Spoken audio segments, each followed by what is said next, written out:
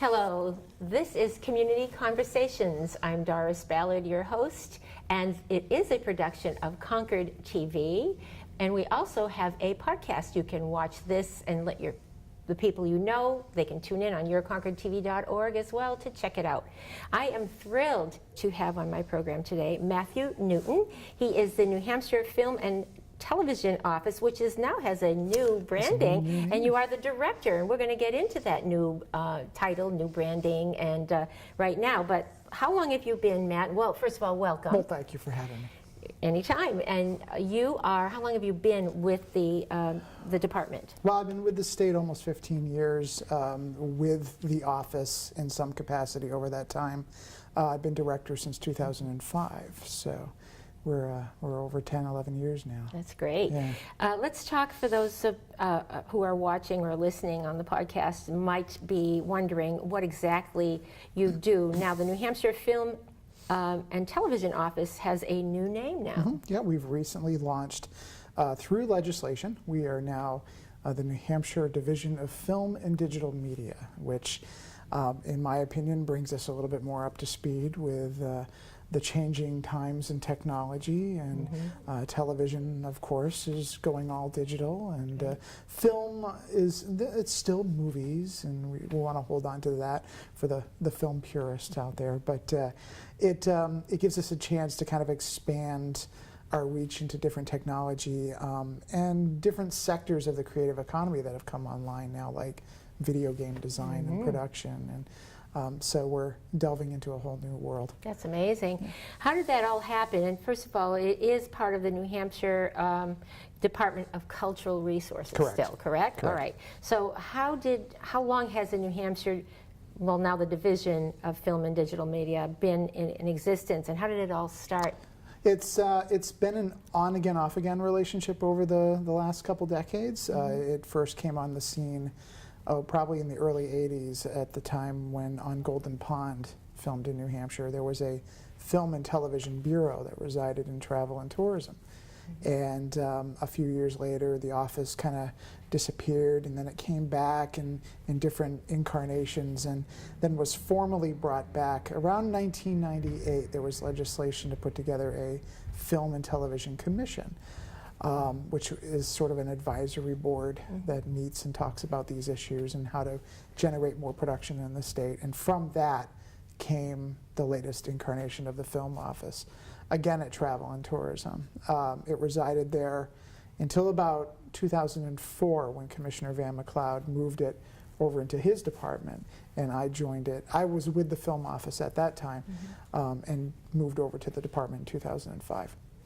Now, unfortunately, we lost Commissioner McLeod recently, and but this was something, this new Division of Film and Digital Media, that was something that I guess that you had spoken with him about. It was his vision as well as yours? Yeah, he talked about it for a long while, and we had these conversations about how to keep the film office, or turn the film office, which at that time was a line item in the budget of the Commissioner's office, into something legislatively intact, where it was an equal division among the other divisions. You know, we also have historical resources, the State Library and the State Council for the Arts.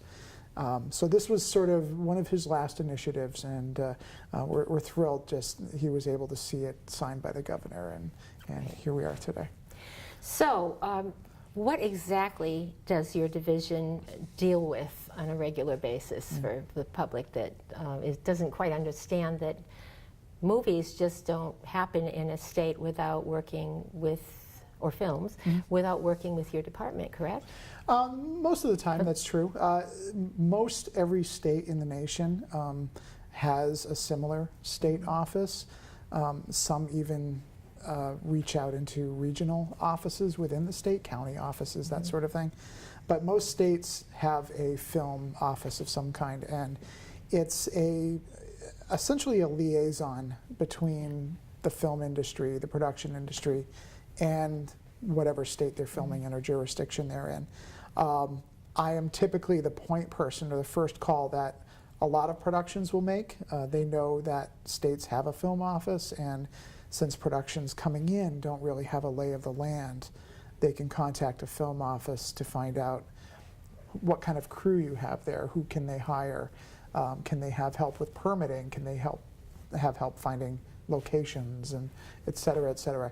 I'm fortunate enough that I've worked in the industry a long time, and now working in government, I speak both languages.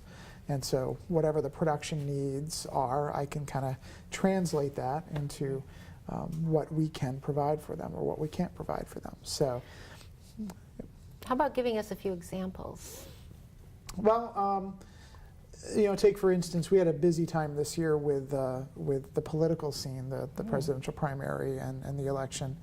A lot of campaign ads were filmed in New Hampshire during that time, and So that brings revenue to that brings to the revenue state. to the state. They come in and maybe they want to film on the State House lawn for an afternoon, and it's my job to put them in touch with the right people who can help make that happen.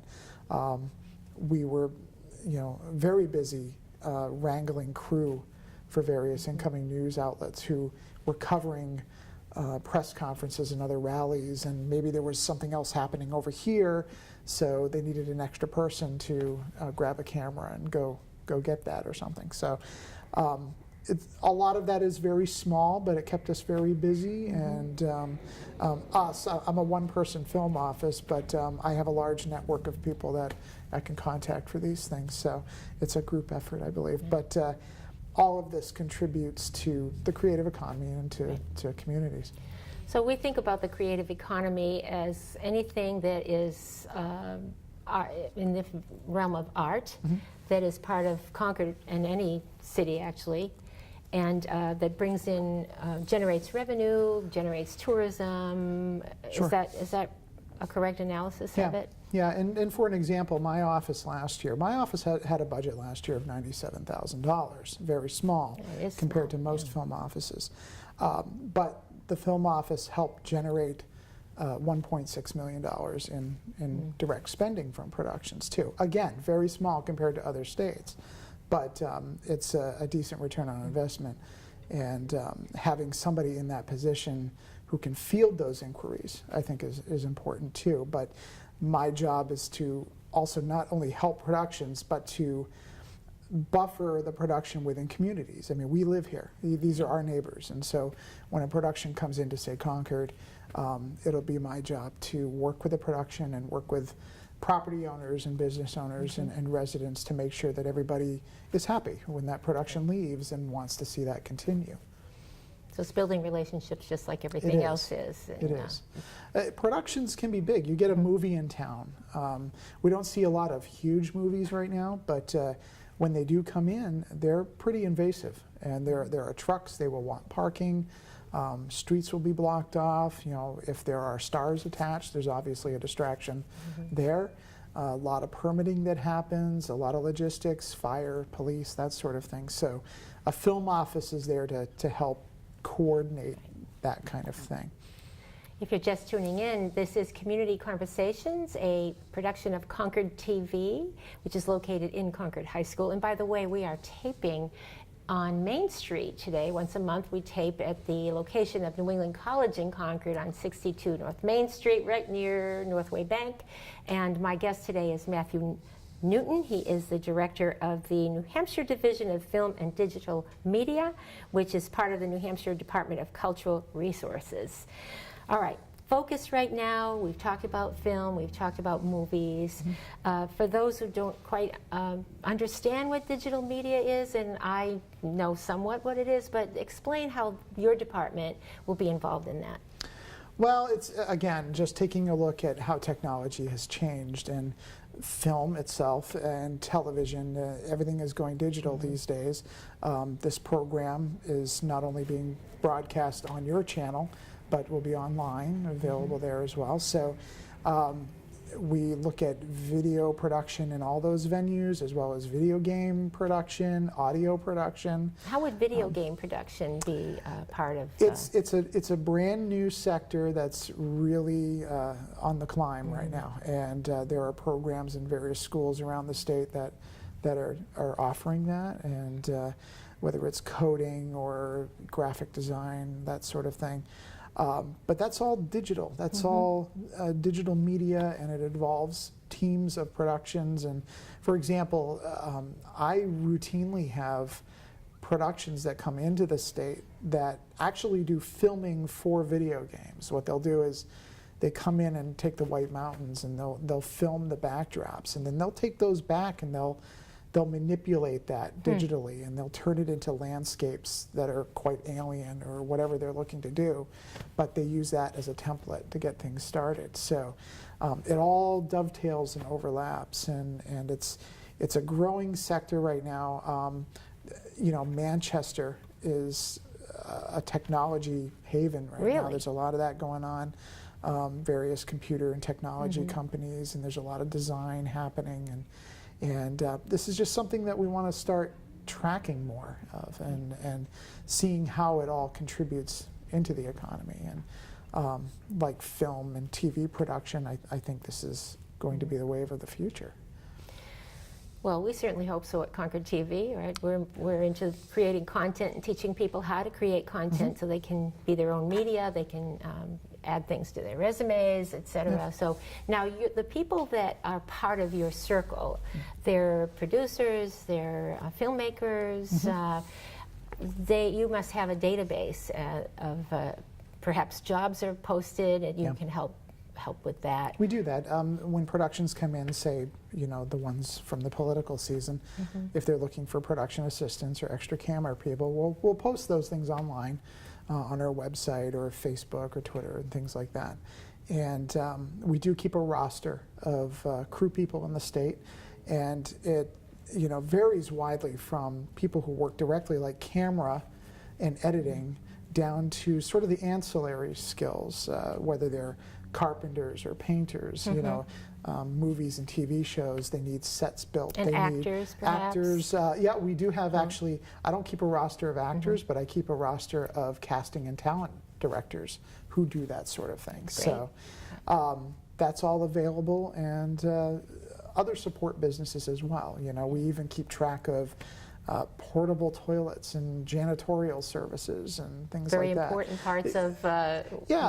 What people don't realize is when a production comes in, they'll be spending money in the community, but they spend it on businesses that they wouldn't really think firsthand on, that would contribute to it.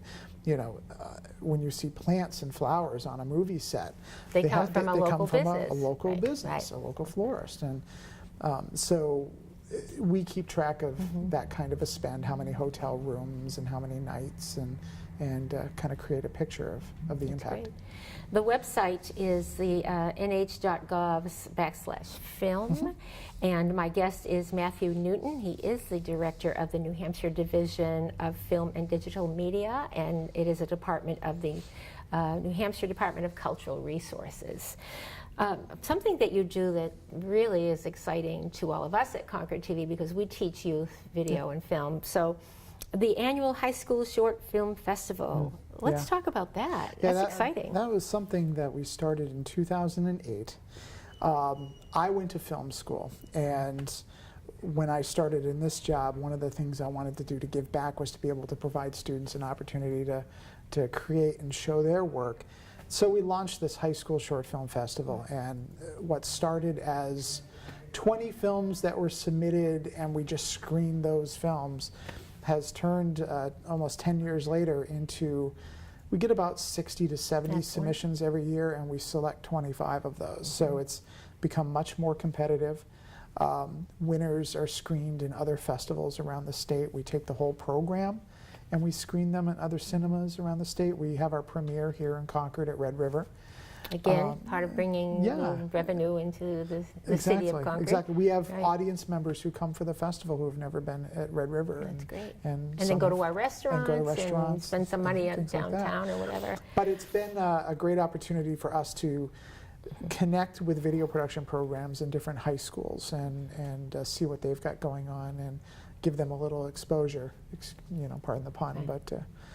So you tour it. Now, when do you typically do that? At what time of the year? We premiere it. We have our premiere festival in May, and then we take it throughout the summer months at different venues, about 4 or 5 different places.